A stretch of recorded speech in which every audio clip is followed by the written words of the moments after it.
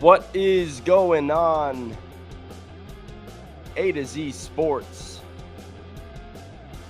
Sam Phelan coming at you live here. I'm trying to get rid of some of this music. I can't even figure out what we're doing. There we go.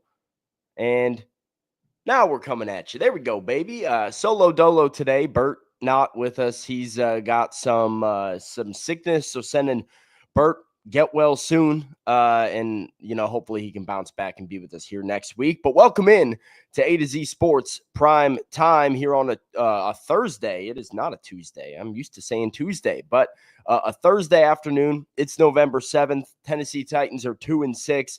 We're a little bit out of whack in the scheduling. Buck Rising flipped back onto Tuesday this week because he, wanted to do a primetime with you guys after the trade deadline, depending on what the Titans may or may not do. So I'm here in his place on a Thursday. I will also be in Buck's place on Monday night as well, and he will swap into my place on Tuesday night as we kind of work around some scheduling conflicts. So it is the wrong T-Day, as Bork says in the chat, but we are here nonetheless and wanting to welcome you in. Got a great show for you today, talking a little bit of Will Levis. We're going to talk about what the Titans quarterback said during his media availability today at St. Thomas Sports Park, talk about new perspective and some valuable lessons that Will Levis has potentially learned. What does it mean for the Titans QB moving forward, and maybe he starts this week? What does that look like for the Titans as well? A lot of good Will Levis discussion. I also want to highlight the vibe around Will Levis in his press conference. He's kind of taken after me a little bit. Sad boy radio, as Bork is pointing out in the chat as well. Will Levis kind of little sad boy vibes, sad boy quarterbacking in the Titans locker room. So going to talk about it, getting over to the Chargers as well. Old friends.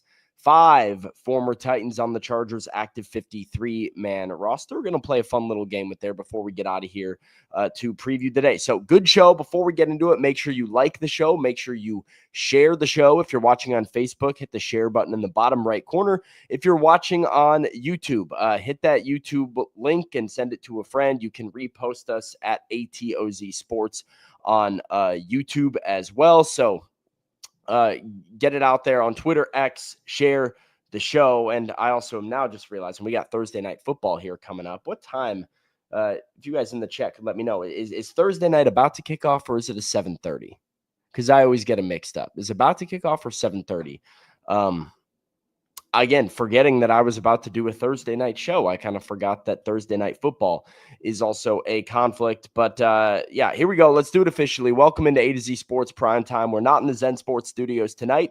I'm not your host, Buck Rising, but I'm Sam Phelan. Normally with you on Tuesday nights, but I'm here rocking with you on a Thursday now, and I'm with you through the rest of the NFL season. Presented to you by Two Rivers Ford, the South's most trusted Ford dealer. Two Rivers Ford and Mount Juliet are at tworiversford.com for more information. Zen Sports, your place to bet. You can back the Titans this week coming up at the Chargers. Zen Sports is the official Titans tailgate party. And if anyone's interested in going to a home game Titans tailgate party, contact Zen Sports customer support for more information. Use that promo code ATOZTN on the Zen Sports app. And if you're in need of a new workout program, True Math Fitness, that's the place for you to go. They're located in the Gulch, where no workout is ever recycled or repeated. Over at True Math, go to truemathfitness.com for more information. I'm seeing 7:15, so might do a little bit of an overlap here, but it's okay. You can mute the volume on Thursday Night Football, and I'll get you out of here before you know it to go watch the rest of the game.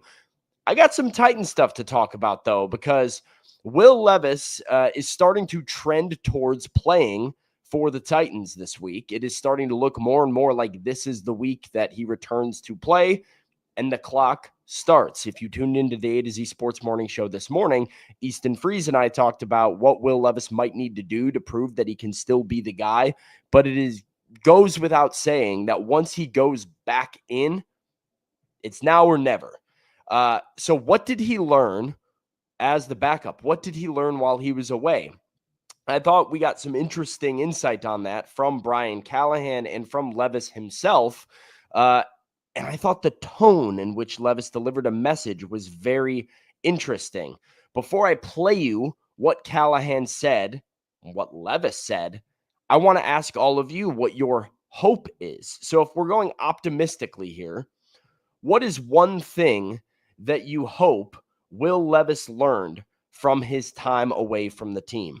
What's one thing that you hope Will Levis learned from his time away while he was sitting on the sideline with the injury, observing, studying, watching, and learning from Mason Rudolph? What is one thing you hope Will Levis learned? Fire off those answers in the chat, and I will show you what the Titans head coach feels like Will Levis learned himself. That Levis has learned maybe or gained from his time off?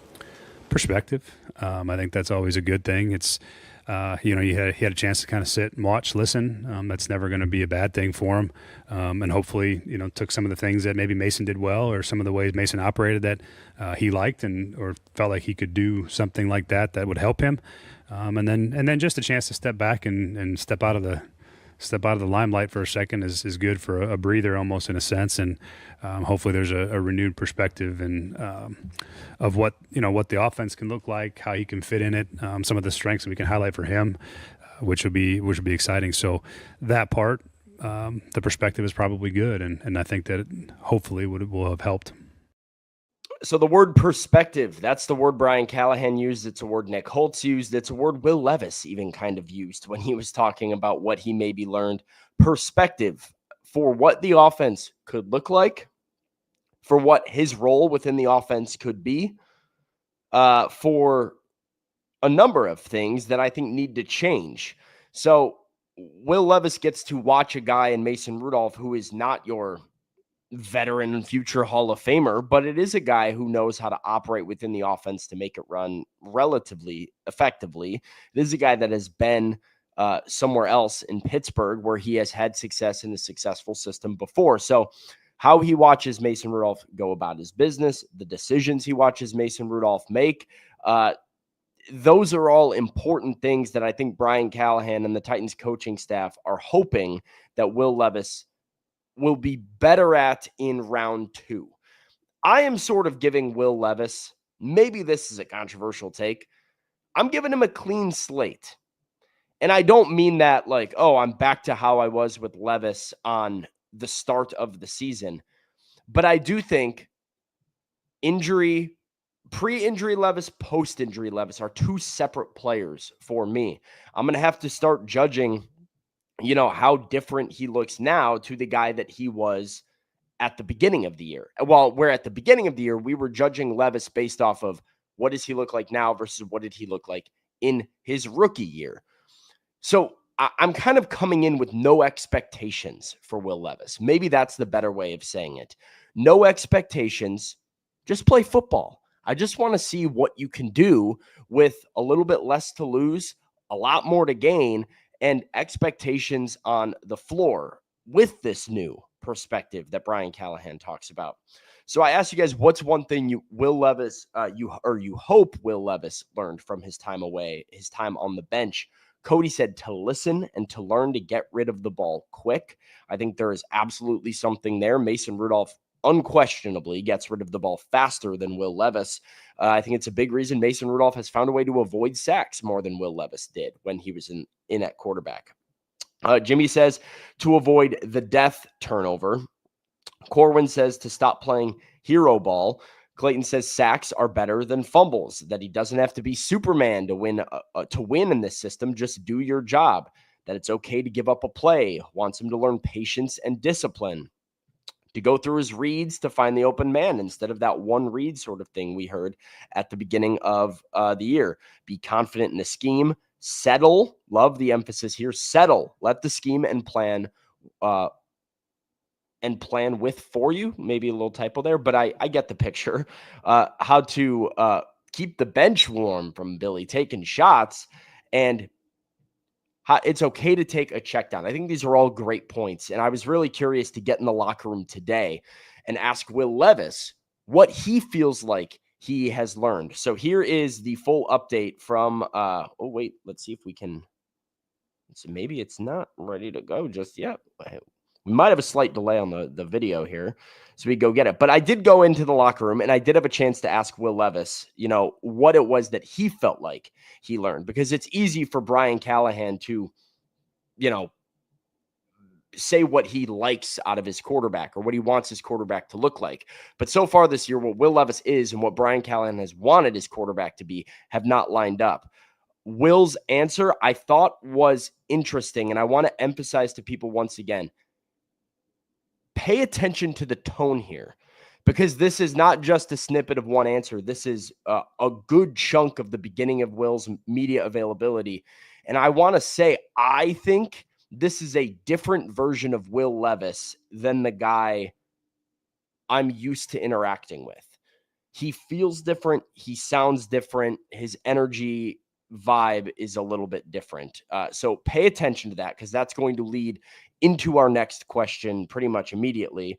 If this video would ever load, this is a nice little shade moment on me that we still have a video processing, trying to get into our back end.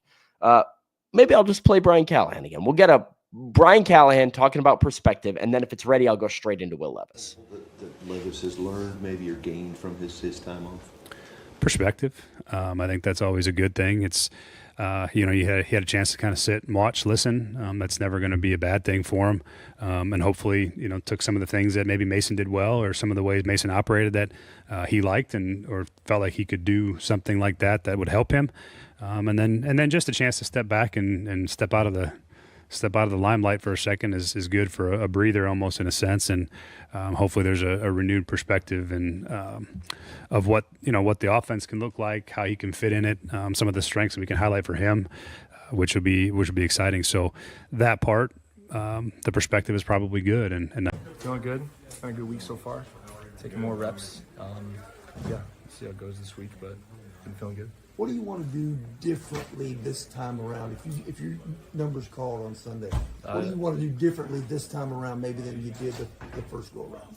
I'm just going to keep trying to operate the offense the best way I can. I feel like I've gotten better, and I think I'll show improvement in that area, but I'm not going into this second stint of the season being like, I have to play this way or the other way. I think I can get into trouble when you think like that. So just trying to operate the offense and be the best quarterback I can for this team. Seems like preparation and leading side of things, like what has to happen differently for you to be able to go out there this week? Sorry, what do you mean? As far as like in the past, like you felt like you were ready, and then we all thought, and then it didn't happen. So for you, like what has to happen differently? I just want to make sure that I can go out there and make all the throws in the way that I could before I got hurt. It's an everyday process of testing different things and going off the field and monitoring my soreness or pain level throughout the day. So it's just been that, and I'll know when I'm ready, when I know I'm making those throws. So there was pain last week and soreness last week? There's a point to where I feel like I can get it to where it'll be manageable, like the soreness at least, but it's more so the strength and the ability of my shoulder and my arm. Seems like the offense has made some strides, at least during your timeout. How do you plug back in and make sure it's kind of picking up on that growth curve instead of kind of going back to where you left off when it was awesome for the guys to be able to get those reps and continue to get more comfortable in the offense. I'm just going to be the best quarterback you can for this team. What's it been like trying to be patient, and how much you're kind of chomping at the bit to get back out there? Yeah, it's tough, and I'm competitive as heck, and I want to be out there every week. It sucks when you're out there and you can't be playing. So hopefully being able to go this week. I've been chomping at the bit, like you said. Excited to go out there and lead our team. Brian said that while you were out, he feels like it was an opportunity for you to gain perspective, was the word that he used. Do you feel like you gained perspective, and in what areas, have you potentially grown while watching from the sideline? Yeah, just seeing, the different ebbs and flows of the game and, how that can call for different decisions or different kind of pre-snap thought processes. It's nice been every single play being hip to hip right there with Bo and Trevor, just talking through the situation, going through the call, what's the thought process, what's the look, all right, it's this look, what are we doing here? Playing quarterback from the sideline, essentially, so it's cool getting all those reps from that perspective. I think Mason did a good job, and I'm able to take some of the things that he did and apply that to our offense and continue to develop it. So, really interesting stuff there. Will Levis says he's playing quarterback from the sideline. You heard a lot of that at the end, talking about that perspective that he potentially gained. But I think this is right. I'm not sure. Like, this is a shift in body language for Will Levis for me. We're going to talk a little bit more about all of that because I think there's a lot to break down in that video. I might even play it again if we need to really watch it again. Before we do it, going to tell all of you guys about my friends over at Two Rivers Ford. Two Rivers Ford is the home of your Ford Bronco. Ford Broncos are all over the road, and they're all different types, from soft tops to hard tops to big bends and heritage styles. There's so many options, color combinations, and packages. That's why the Two Rivers Ford team is inviting you to get to know the Ford Bronco. It's an open invite. You don't need to be in the market for a vehicle. Two Rivers Ford is a team of Bronco experts on hand to introduce you to the Bronco, answer your questions, let you test drive, show you off-road capabilities, all of that. So remember, the sales team at Two Rivers Ford doesn't work on commission. They're here to educate you, answer your questions, and really just introduce you to the vehicle. It's one of the reasons that people love doing business with Two Rivers Ford, and why they're the South's most trusted Ford dealer. Go see my friends at Two Rivers Ford in Mount Juliet, just 7 miles east of the airport, and get to know the Ford Bronco. All right, so yeah, Will Levis, lot there.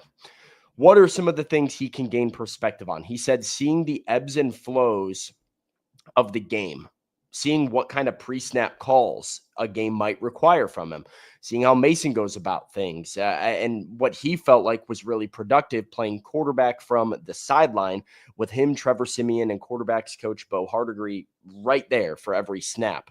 How does that transition into him playing quarterback? We'll have to see. We'll have to see what he looks like, against the Chargers if he is able to go this week. But I did find it very interesting because it comes while Will's body language is a bit different. He seems subdued, is one of the things. He was very short and sweet with some of those answers. Like, hey, I'm trying to be the best quarterback I can for this team. Very political coach speak type of stuff, which is different for Will Levis. This is not what he's normally. He's a super energetic. Hey, yeah, like I'm feeling good about this. I'm not feeling good about that. He kind of wears his emotions on his sleeve.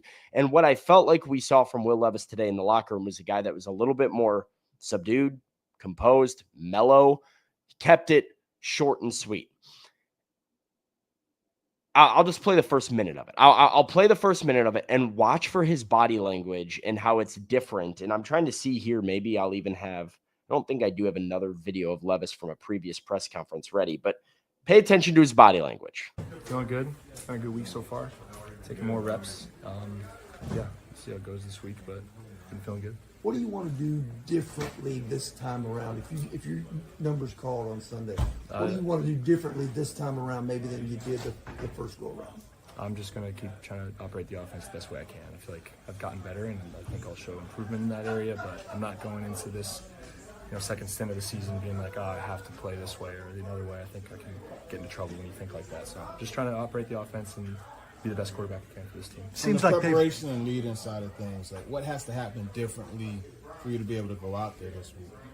Sorry, what do you mean? As far as like in the past, like you felt like you were ready. Oh, yeah. And then, we all thought, and then it didn't happen. So for you, like what has to happen differently? I just want to make sure that I can go out there and make all the throws in the way that I could before I got hurt. So this is the energy that I'm talking about. This, I'm just trying to be the best quarterback that I can be. Normally, Will Levis is wired. Like, normally he is, like Bork said in the chat, like he's right off pre-workout. Like he just dry scoops some pre-workout. He's ready to go, ready to fire off some answers. And that's not the guy that I saw. Does he sound broken? Does he sound focused? That's kind of where I want to go with my next question here. Levis, short and sweet in his media availability. A good sign or a bad sign? Short and sweet in his media availability, a good sign or a bad sign? let me know in the chat. While you guys let me know, I'm going to let you know it's always a good sign when that sign is pointing to Gary Ashton. Gary Ashton, the official realtor of the Nashville Predators.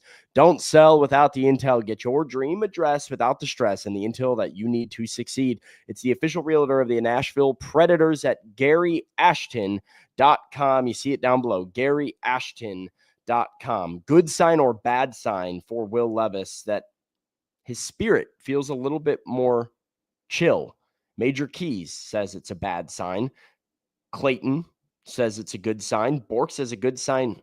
I think Marshall says no sign, which, okay, if you don't read anything into it, that's okay. But I do think it's interesting that there seems to be a different sort of vibe around Will Levis. I will say, I think this is a good sign. I think Will Levis needs to simplify right now.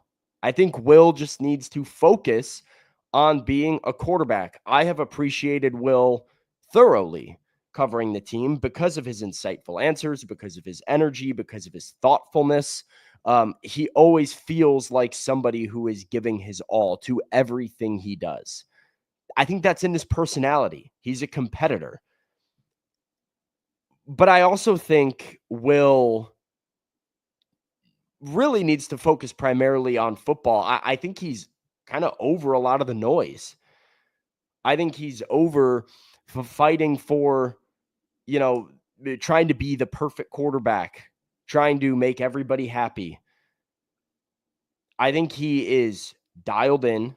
I think he's fired up. I think he's chomping at the bit to go and play a game. And maybe it doesn't work out, but I do think this is a good sign for him.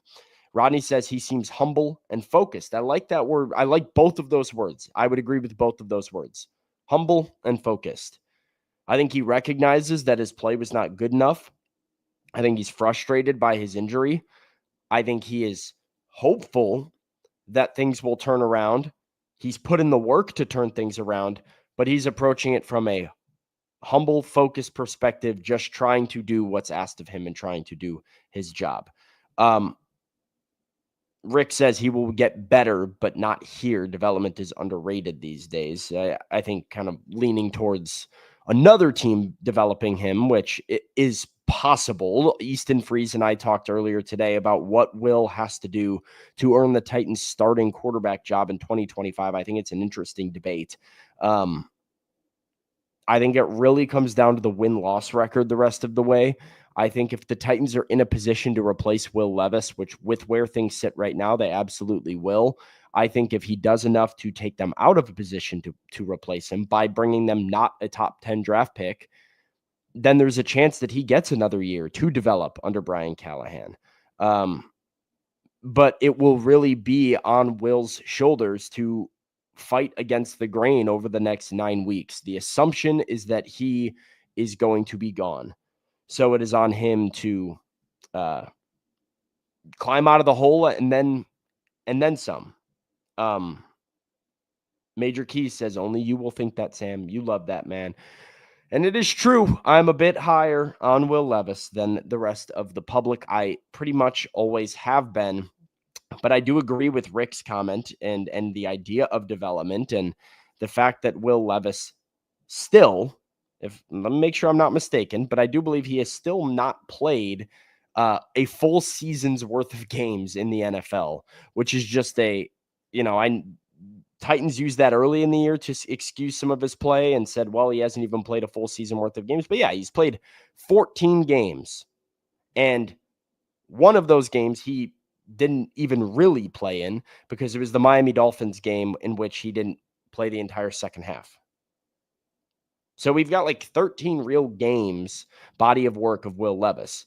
If he was 13 games into his NFL career with 2,500 yards, 13 touchdowns, 11 interceptions, which are his numbers, you'd be disappointed. But I also think you would have seen enough flashes to feel decent about it. I'm not saying the Titans should keep him. I think I really need to see what happens for the back half of this year. But I do think, there's still a lot of chance for Will Levis to develop into a good NFL quarterback, and maybe that doesn't happen in Nashville. But It's too early to make that call for me. And, more than half of those games were behind a bad offensive line and a bad ankle, as Marshall says as well.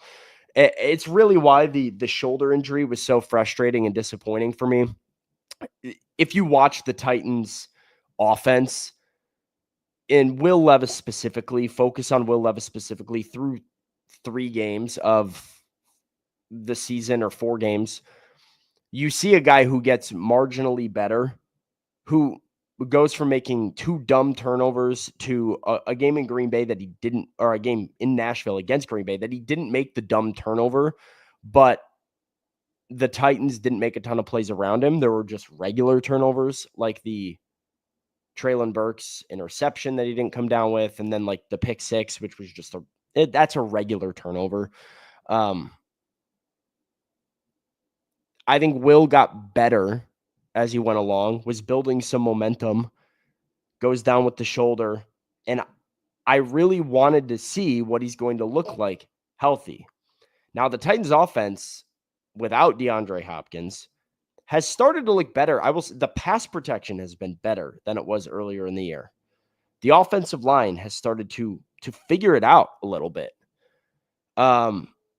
Calvin Ridley, maybe it's a Mason Rudolph thing. I'll give you that. But Calvin Ridley is emerging into a real weapon. And I am intrigued more than just like, all right, I guess you throw Levis back in there. I'm genuinely intrigued and I'll say excited to watch Will Levis play football fully healthy in this offense. And just to see what it looks like, to see what sort of progress is actually there. Because I don't believe, I just have a hard time believing it's not in there when I saw so many flashes of it last year. That's where I'm at on the quarterback. But I'm also willing to admit, as a guy who's pro Levis, more pro Levis than probably any of you guys watching right now are, willing to admit that in order for Levis to actually be this team's guy, it's going to have to be a very, very, very impressive second half of the year. It's just the situation and the narrative that he's up against. It's the hole that he's dug for himself in many ways, but that is where we are realistically. Let's move on to the Chargers, because the Chargers have 5 former Titans on their active 53-man roster: Christian Fulton, Bud Dupree, Tier Tart, Hassan Haskins, Elijah Molden. Those 5 guys all getting a little bit of a revenge game against the Titans. Maybe, hopefully not, but we'll see them. Fun little game for you. Let's ask this question. Rank these 5 guys based on how much you'd want them back on the Titans in 2024. Like, where is your regret level for letting these guys leave? And I want them ranked 1 through 5. So in order, in the chat, give me whatever order of these guys, your first guy being the one that you're like, I wish we had him back, and your 5th one being, I could not possibly care less, because it's going to be not as bad as Malik Willis, but this is the old friend alert game. Like, watching Malik Willis torch the Titans and beat the Titans was horrible because it's Malik Willis. Like, not only is it a Titans loss, but you're losing to a guy that you had. And if we end up watching this game and Will Levis throws an interception to Christian Fulton and gets sacked once by Tier Tart, and there's a nice special teams play made by Hassan Haskins, I'm going to roll my eyes. So order them. Bork comes in. His number 1 is Bud Dupree. Number 2 is Hassan Haskins. Then Molden, Fulton, and Tier Tart in last. Molden's number 1 for Marshall. Then Haskins, cut the rest. Doesn't care. Molden, Fulton, Dupree, Tart, Haskins is the order from Anthony. Molden, Fulton, Dupree, Haskins, Tart from Major Keys. Nobody's said my order yet. Dupree 1, Molden 2, Haskins 3, Tart 4, and Barbecue Chicken, a.k.a. Christian Fulton, number 5. Here's my order. Number 1 guy that you'd like to have back right now, it's Elijah Molden. It's a lot. 3 interceptions for Elijah Molden. He's having a fantastic year. More interceptions this season than he had with the Titans in his 3 seasons with the Titans. On top of that, he's got 34 tackles, on pace for a career high in tackles. So best year of his career. He's a capable special teamer. He was one of their key special teams guys in Nashville. So having Elijah Molden on this team, not just to be in special teams, but right now be a safety because you just lost Quandre Diggs, that's feeling like a miss. Letting Elijah Molden go for a 7th round pick, I think it was, is feeling like a big old fat miss for Tennessee. So that is my number one, that I wish you could have that one back. Having him on this team makes you a better football team, no question about it. And then I'm targeting positions of weakness as well. And I'm going to go with number 2. I'm going to go with Bud Dupree. I'm going with Bud Dupree because the Titans have been so much better the last 3 games or 2 games just as a team. And I'm not talking, by the way, I'm not talking about wanting. Molden only wanted out because he wasn't getting a ton of playing time, right? It's all very relative. So this is, I still think there's a miss for the Titans there because you could have given Molden snaps. But you brought in like Jamal Adams and Quandre Diggs and all these guys, and Diggs was good for them, but there was no reason Molden had to be completely cut out of your defense. And you did cut him out of your defense, which then led to, because Elijah Molden was all the way down the depth chart in training camp. He was plummeting down the depth chart, kind of inexplicably. And then you can say he wasn't all that good, but he's better than what they have right now. And you didn't get anything of value for him. So I would have liked to have Molden on this team. I think it makes them a much better football team. But I am going Bud Dupree number 2 because the Titans are a much better defense when they're rushing the passer. That is something Bud Dupree can do pretty well. He's got 3 sacks in 8 games. And yes, he's a rotational guy. That's fine with me. He can be a rotational guy with this Titans defensive line as well, working in with, these defensive ends. Maybe he takes the Sebastian Joseph Day role over occasionally. But the Titans are also trying to do this thing, again, depth-wise, where they take off all their best defensive linemen. Sebastian Joseph Day, Jeffrey Simmons, Tavondre Sweat, Arden Key, all those guys come off the field at the same time. You run James Lynch out there. You run all the second stringers out there. And they do it in the name of trying to keep fresh legs. And I can understand that much, but I'd rather do it with guys like Bud Dupree on the team where you have, some actual experience and pass rush ability there. So I took off Molden. I took off Bud Dupree. Number 3, Hassan Haskins. Special teams. The Titans cut Hassan Haskins as the better special teams player who made plays for them all over the place on special teams, for Julius Chestnut, the better runner of the two. And, there was a lot of focus on, we need the best running back as our 3rd running back. And Julius Chestnut's been forced into action a little bit here, sure, but you are missing Hassan Haskins on special teams. There's no doubt about that. It has hurt them. And maybe if you have a guy like that, your coverage isn't so bad and you don't get torched by the Lions on all of your punt and kick returns. Number 4, Christian Fulton. He's having a year. He's playing better football for the Chargers than he really ever was with the Titans. He's played in 7 games. He's got an interception. He's been starting for them for the most part. But I just didn't see it ever happening here. I don't think Christian Fulton's a cornerback that would have thrived in Denard Wilson's defense here. He likes to press a lot, which is, par for the course for this defense, but gets beat over the top too much. I think there was an injury issue there that, you didn't fully escape with L'Jarius Sneed, but I'm not sure we're missing in Nashville. And then when I look at this list of guys, I also look at, like I said, weaknesses. Safety's a weakness right now. Pass rush was a weakness earlier in the year. Special teams is a weakness. Cornerback has not actually been a huge weakness. Jarvis Brownlee and Daryl Baker and Roger McCreary have actually held things down okay. And when you get Cheeto Awuzie back or L'Jarius Sneed back, it'll get even better. So no skin off what's the skin off my neck? Is that the saying? I think it is. Back. Skin off my back. Yeah, there it is. With Christian Fulton. And then the fifth guy, Tier Tart.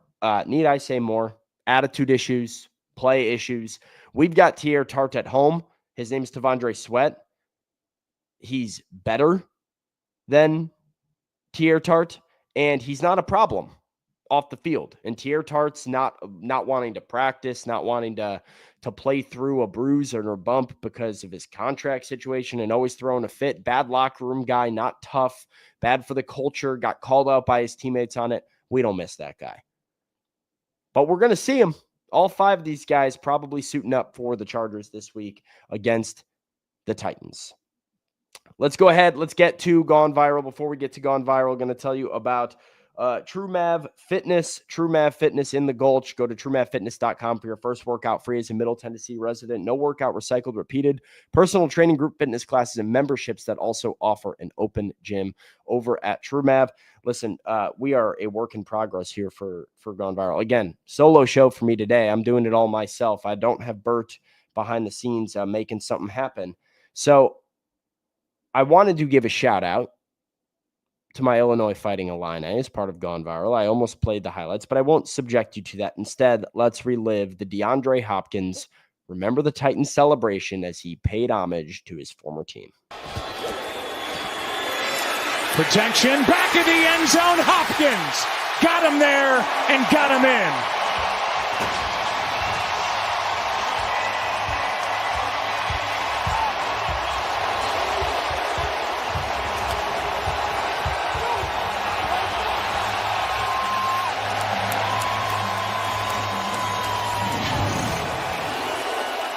Here's Hopkins here. He just comes up and then he comes across, and you're going to see then Kelsey as he drags across the front of the goal line. It puts DeAndre Hopkins not actually all that washed. Turns out you just got to throw him the football. It's what the Chiefs are doing. It's working for them. It's what the Titans should have done because it would have worked here as well.